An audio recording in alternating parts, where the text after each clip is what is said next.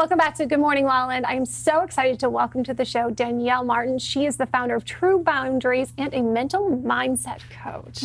Thank you for being here. Thank you for having me. So, Cornell, I think it's important for you to introduce Danielle a little bit about how you know her and why she's involved in your summit. Yeah, so Danielle I met through jiu-jitsu. What people don't know about Danielle is she's a world-class jiu-jitsu practitioner. So I met her through, we have mutual friends, and whenever I meet people I think they're cool, I'm like, all right, let's connect. So I came here to Los Angeles, we connected, and then I started finding everything else about her, that she was a speaker, that she's an author, that she's an amazing mother, just all this great stuff. So I was like, hey, we need to be best friends. That's not how it's that easy. And the body, the jiu-jitsu is working. We all want to know your trick. Wow, and congratulations, author of True from the Inside Out. Tell us about what was the catalyst for this book. You know, one day I was diagnosed with Lyme disease in 2010, and I had been on infusions for about 13 months, 5 days a week. And I would go back, and it kind of just came out. I just started writing, and I really didn't know how to organize it into a book. And then I kind of shelved it. And a mentor of mine was like, "Hey, you should write a book." I'm like, "I actually have one." And you know, it really talks a lot about just kind of my story and finding strength through adversity, and just that kind of unwavering strength that we have in the human will and human frailty. And talks about life, love, my kids. And it's just kind of my story, and as raw as I could, you know, pretty much tell it, just exactly that. Let's talk about that power that comes through, whether it's Lyme disease, overcoming that, or in your practice. What is your experience with tapping into what's like that second wind that the runner gets, that part of us that is the difference between someone like succumbing to Lyme disease versus overcoming it? You know what, there's a lot of variables in life that we don't control, and there's some that we do. And one of those things is, you know, I think when people ask me about Lyme disease in particular, it's got 54 different symptoms. It's the autoimmune, and it's very predictably unpredictable. It just is basically going to floor you.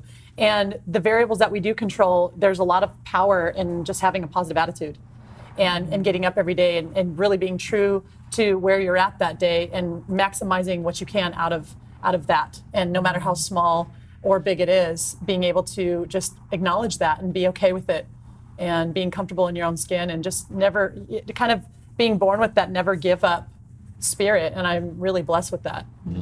Were you born with it? Were you born with that mindset, or is that something you've cultivated over the years? You know, I think that there's an aspect of us being born a certain way, but I think that we also are conditioned in life. You know, people are always like, oh, they're going to rise to the occasion. You don't rise to an occasion. You default to your level of training or conditioning or environment or experience. And so I believe that, you know, we all have a purpose in life, and we're all brought to that purpose in unique, different ways. And my way, you know, was through a lot of adversity, and through not giving up, and through some really extraordinary experiences in my life. I always have something coming, and I'm always able to have that perspective to be open to certain things and taking advantage of them, and giving it a try. And I've learned a lot, and I've been humbled a lot. I've failed a lot.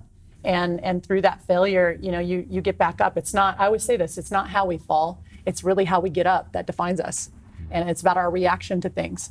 So I've just, you know, I wouldn't change anything. And I think that that's what kind of propels me to be able to go out and help different people, or help have that fighter, athlete, you know, adverse mindset to step in and just be like, there's going to be a way, let's find it. So how are you doing that through True Boundaries?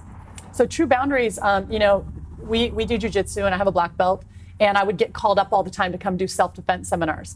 And as I started peeling back the layers of self-defense, I realized self-defense was this very interventive thing. How could we avoid being in that interventive situation that was so scary? And I really did a lot of research on violence, on assault, on domestic violence, sexual assault, bullying, all these things that kind of fell under that umbrella. And I realized that there was ways to go about, there's ways to teach a preventative aspect of it. So instead of just being about like the physical aspect of self-defense, I was like, we can protect ourselves from the inside out. And especially women, you know, I was like, God, we always get our hearts broken, and we have these insecurities that come from that, and being broken, and then trying to get back up, and you think that you're going to get up and have this new opportunity or something, and you realize you're back in the same situation because you haven't figured out where that break was. So the personal protection is what I started going around speaking about, anti-bullying to kids, talking at the college levels about campus confidence, safety situations we could get in. And from there, this, curriculum developed that I would just kind of found myself revisiting and talking about, which was based off of intuition and situational awareness, leading into confidence. And, from all those things came this empowerment. So it was this personal protection and then empowerment piece.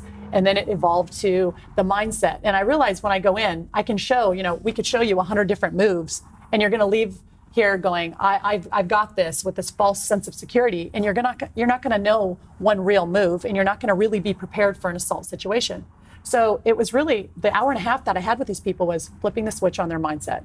Wow. And so I started really focusing on that and how I could change their mindset so that they could never walk out and ignore their intuition. And it wasn't just hearing it, like I hear it, but let me override it, but let me obey it. And what does that look like?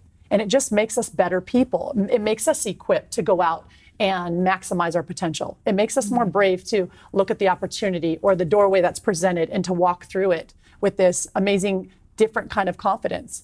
And it helps you to go out in your life and be like, I want to maximize my life personally and professionally. What does that look like? And that was your own type of greatness equation, because how you define confidence is very different than what my definition of confidence might be.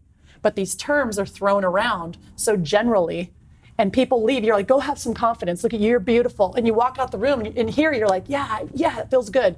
And you get in your car and you're like, but I don't feel confident. And how do I even get to that? What is she talking about? So when I meet with people and I work with, from pro athletes to high school kids or whatever, I kind of take their little puzzle that is them, and I look at it and I kind of structure it. I define the pieces for them, and we build their little greatness equation. And they're able to have this mental game plan that they can, take to the mental game or whatever it may be. Cornell, how has Danielle affected your mental game? Yeah, Your I think greatness equation. it's funny because when you have people that are like Danielle and like Rob and you guys, it's almost like we coach each other. So we'll have a conversation about something or something, there'll be a situation that comes up, and we just brainstorm it. So that's probably the biggest thing. So if I have something that's coming up or an obstacle, or she has an obstacle, we'll talk back and forth, and through us coaching each other, I learn so much. So all my friends are, like a lot of my friends are like me, where you guys were using the term woke, like they're aware, right? There's this different level of awareness. So I don't ever really have any problems because we just talk and we brainstorm, and next thing you know, it's like two people doing a Rubik's Cube instead of me trying to do it. We black belt the problems. We black belt. We just chuck it out. That's we great. just chuck out the problem I together. think I could use a little black belt to my life. Yeah. That's really exciting. So tell us about the talk you're giving at the Positivity Summit. We're still developing that. I think, a lot of the talks that I'll give will be just customized kind of to it really depends on the crowd, and energy comes through. I don't ever really have a planned out talk. I kind of understand what I'm coming into, and then I go in and you really just kind of take that energy and you feel what maybe these people need at that time.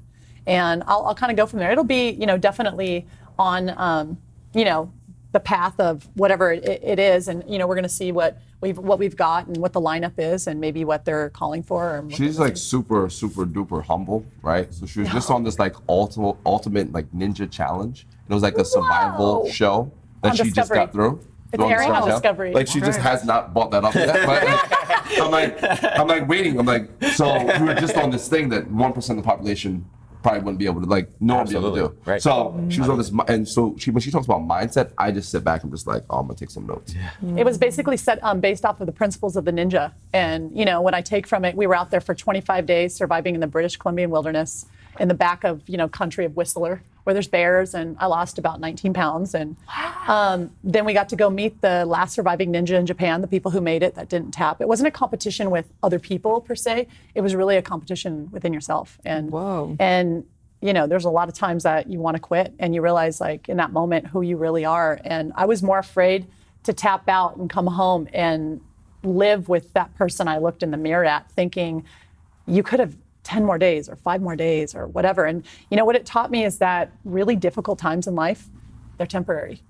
And we do have it inside to push through and get through certain things that we think we cannot. And, your body can go. If your mind, I would say the most important body part on us is between our ears. And if we can set that straight, we are capable of really, truly great things. And days where you feel like you're stressed or you're in your car, you're like, I can't do this. You really can. You really can. And you have to just walk through it. It's forward motion. I always say horses buck because they don't want to move forward. It's not because they don't want you on them or whatever. They don't want to move forward. Humans, we don't like change. We don't like transition. We don't like these things. They're very uncomfortable for us. We like routine. We like certainty. We like to know for a fact certain things.